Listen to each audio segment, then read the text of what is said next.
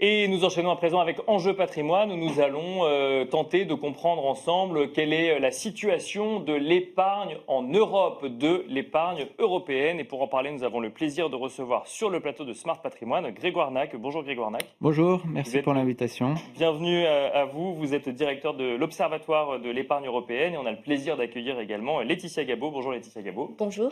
Vous êtes économiste au sein de l'Observatoire de l'épargne européenne. On va commencer avec vous, Grégoire Nac. Je rappelle que l'Observatoire de l'épargne européenne a notamment pour mission de promouvoir la recherche sur l'épargne en Europe. Ça tombe bien, c'est ce qui nous intéresse ici dans Smart Patrimoine. Mais afin d'en comprendre notamment son rôle dans la croissance économique, c'est un sujet qui est beaucoup regardé à l'heure actuelle par les politiques. Vous avez publié votre tableau de bord de l'épargne en Europe qui porte sur le 4e trimestre 2024.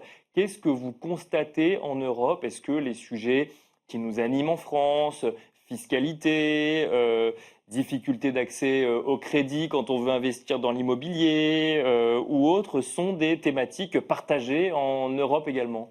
Oui, le sujet, il est très d'actualité, notamment pour le financement de la transition énergétique et numérique, et un peu sensible aussi parce que ça touche tous les ménages, notamment en France avec l'épargne réglementée, qui est un produit très populaire, historique, etc. Donc c'est à la fois très actuel et sensible, et on le voit bien à chaque fois qu'il y a une modification du taux du livret A, à quel point ça fait parler et ça impacte le ménage français. Mais c'est pas que en France, dans les autres pays, il y a beaucoup de similitudes. Nous, on observe finalement, il y a quelques points sur lesquels il y a une exception française, mais pas tant que ça, une relative similarité, notamment entre la France et l'Allemagne, les pays d'Europe du Sud un peu différents, avec une forte part de l'immobilier et moins d'épargne de long terme.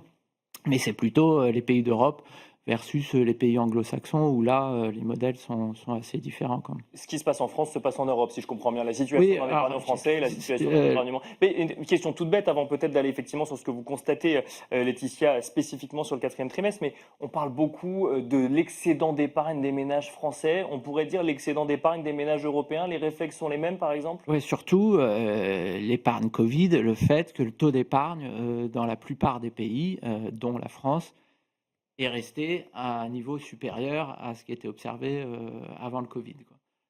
Donc, en fait, le taux d'épargne, c'est quand même une mesure de la frilosité des ménages et une certaine inquiétude vis-à-vis du contexte politique, du contexte géopolitique, etc. Mais dans quasiment tous les pays d'Europe, on est encore à des niveaux significativement au-dessus de ce qui était observé avant le Covid.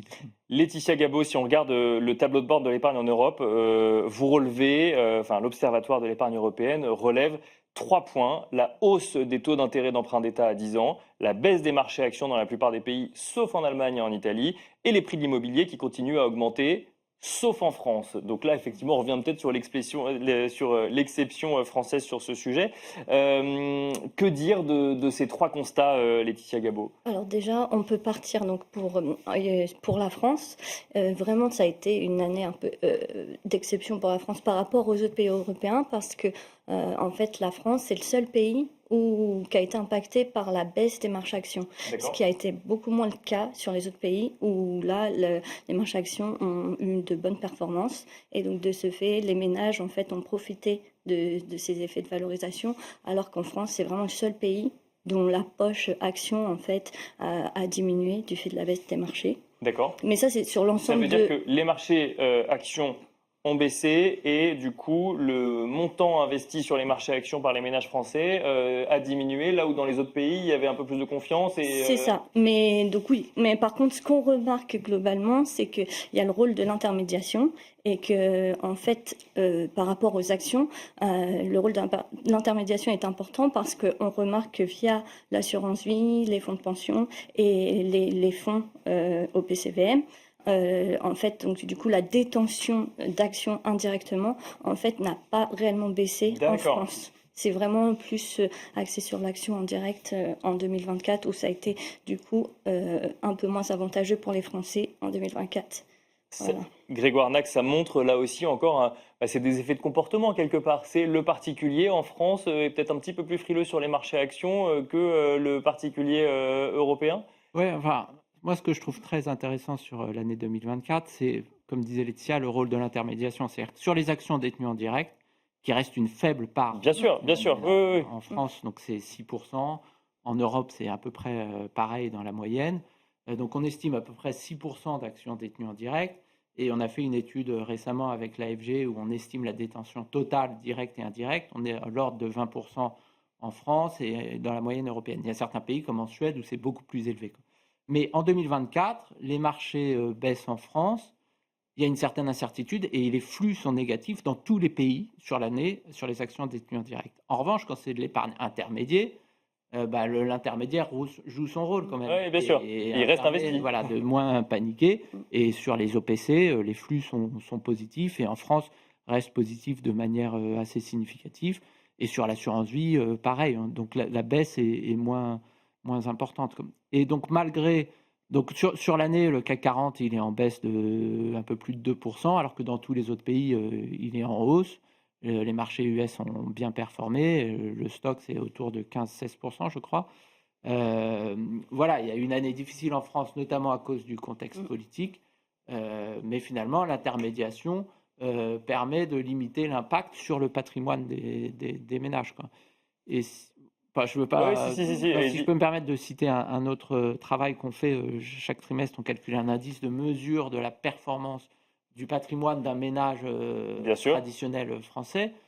Finalement, en 2024, elle est pas mauvaise, la performance, qu'on est à peu près à 2% en termes réels, quoi, parce que d'accord, oui, bien sûr. A rebaissé. Et globalement, sur les produits obligataires, la performance n'était pas trop mauvaise.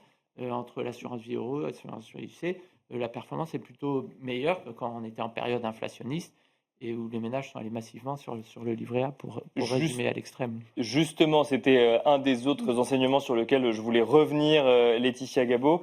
Les taux de placement financiers ont progressé, c'est ce que vous constatez, donc au dernier trimestre 2024, plus 0,9 pp sur le trimestre en moyenne, ou alors ils sont restés stables et en France, on a plus vu de la stabilité que de la progression. C'est ça, mais globalement, on peut dire que sur les derniers trimestres en 2024, les placements financiers progressent, mais très faiblement, partout en Europe. C'est plutôt une stabilité. Alors, on voit 0,9 point de pourcentage, c'est quand même assez faible. Mais voilà, il y a une stabilité des taux d'épargne qui reste élevée. Et en fait, le taux d'épargne, donc en fait, c'est à la fois le taux de placement financier, avec le taux de placement non financier qui comprend donc tous les achats, tous les investissements en biens immobiliers. D'accord, et qui lui baisse modérément si j'ai bien compris. Voilà, d'où relativement une stabilité. Et après, à cela, on retire en fait le recours au crédit. Et donc là, c'est pareil, le retour au crédit, en fait, reprogresse, mais très légèrement. D'accord. Parce que, justement, il y avait les taux qui ont beaucoup augmenté en 2023 et aussi en 2024, mais ils ont commencé à diminuer vers la fin de l'année. Et donc, la hausse des taux d'intérêt, en fait, a quand même beaucoup impacté les ménages. Voilà. Et effectivement, donc mais on a quand même un taux d'épargne, hein, c'est ce qu'on disait au début, Grégoire Nac, qui lui reste stable dans la plupart des pays. C'est-à-dire que quelque part, et c'est d'ailleurs pour ça que les politiques en parlent autant, c'est qu'on n'investit pas dans l'économie réelle, enfin où on investit un peu, mais on garde en épargne, quoi. On consomme moins. Oui, alors dans cette épargne, il y a quand même des c'est investi, oui. C'est moins important qu'aux États-Unis. Mais je pense qu'il y a aussi une prise de conscience de la nécessité de constituer une épargne de long terme dans un contexte de vieillissement des populations et où les taux de remplacement du système de retraite est amené à diminuer. Dans tous les pays de notre échantillon, à part les Pays-Bas, qui ne sont même pas dans le tableau de bord d'ailleurs, mais qu'on couvre souvent dans d'autres études, on est dans un système qui repose principalement sur le pilier 1.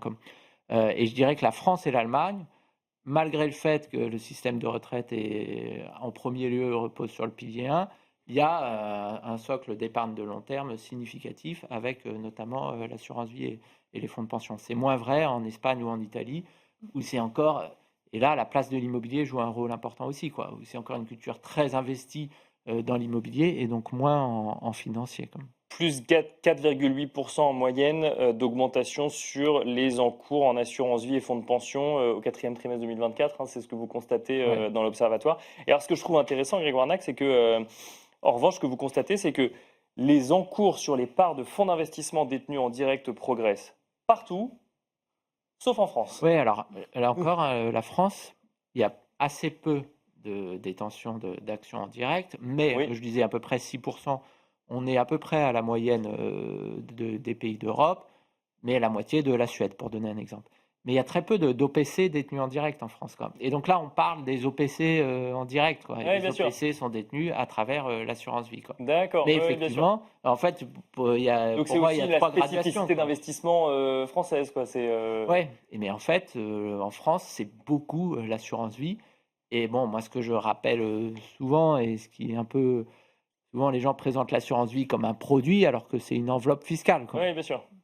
Mais même le PEA, on voit, il est souvent pas plafonné, alors que fiscalement, le PEA, pour détenir des actions, c'est un des meilleurs produits en Europe pour détenir des actions en direct. Mais ça ne fait pas un taux de détention d'actions en direct ou bien supérieur. Et donc les OPC, c'est un peu pareil, effectivement, et les flux sont négatifs, alors qu'ils augmentent dans les autres pays, quoi. Ça, c'était pour le quatrième trimestre 2024. Que retenir, Grégoire Nac et ensuite Laetitia Gabot, de ce tableau de bord pour l'année 2025, par exemple, sachant qu'on est à mi-2025 à l'heure actuelle? Alors, donc, c'est toujours un peu frustrant parce que les derniers chiffres qu'on a, ils s'arrêtent au dernier trimestre de 2024.